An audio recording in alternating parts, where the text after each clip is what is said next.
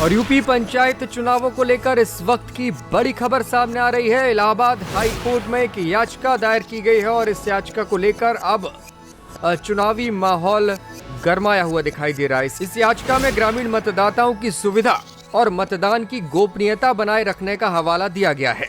पंचायत चुनावों में नोटा का विकल्प उपलब्ध कराने की बड़ी मांग इस याचिका के जरिए रखी गई है। बैलेट पेपर पर प्रत्याशी का नाम छापने की मांग भी उठाई गई है। बात की जाए, अब तक पंचायत चुनावों का जो बैलेट पेपर होता है उस पर प्रत्याशी का नाम प्रिंट नहीं होता है, सिर्फ चुनाव चिन्ह ही अंकित होता है। ऐसे में याचिका में तर्क दिया गया है कि ग्रामीण मतदाताओं को सशक्त बनाने के लिए उन्हें नोटा का विकल्प तो मिलना ही चाहिए। साथ ही साथ बैलेट पेपर पर केवल चिन्ह के साथ प्रत्याशी का नाम प्रिंट होने से मतदाताओं को प्रत्याशी को पहचानने में आसानी होगी। इस पूरे मामले पर जो जनहित याचिका दायर की गई है उस पर जल्द ही हाई कोर्ट में सुनवाई हो सकती है। त्रिस्तरीय पंचायत चुनावों को लेकर लगातार प्रशासन सक्रिय है।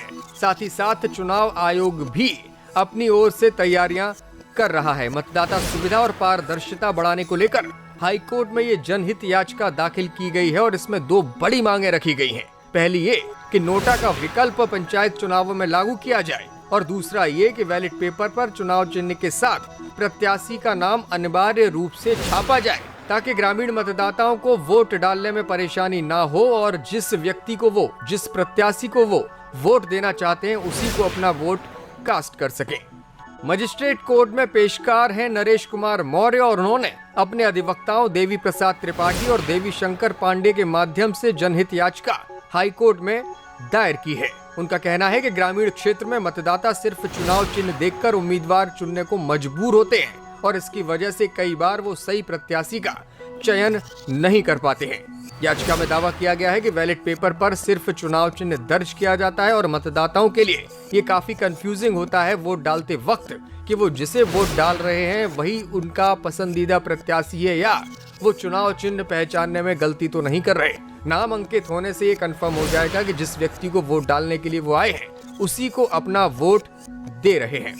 अधिवक्ताओं का कहना है कि लोकसभा और विधानसभा चुनावों में जब नोटा का विकल्प उपलब्ध है तो पंचायत चुनावों में ये आखिर क्यों नहीं दिया जा रहा। ये मतदाताओं का अधिकार है और सभी उम्मीदवारों को खारिज करने की सुविधा जब अलग अलग चुनावों में है तो पंचायत चुनाव में भी होनी चाहिए। चूंकि पंचायत चुनाव बैलेट पेपर से होता है इसलिए नोटा का विकल्प जोड़ने में कोई बड़ी तकनीकी दिक्कत भी नहीं है।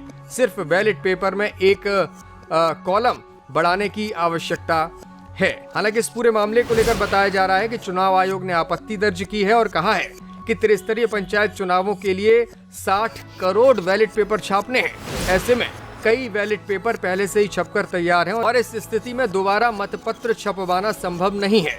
यही वजह है कि याचिकाकर्ता का विरोध, याचिकाकर्ता की मांग पर आपत्ति निर्वाचन आयोग ने दर्ज कराई है।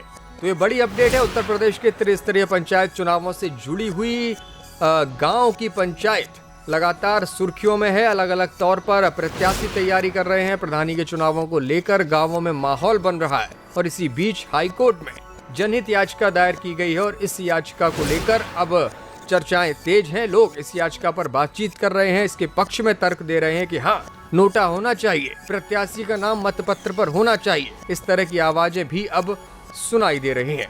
बहरहाल देखना होगा कि कोर्ट इस याचिका पर क्या फैसला लेता है।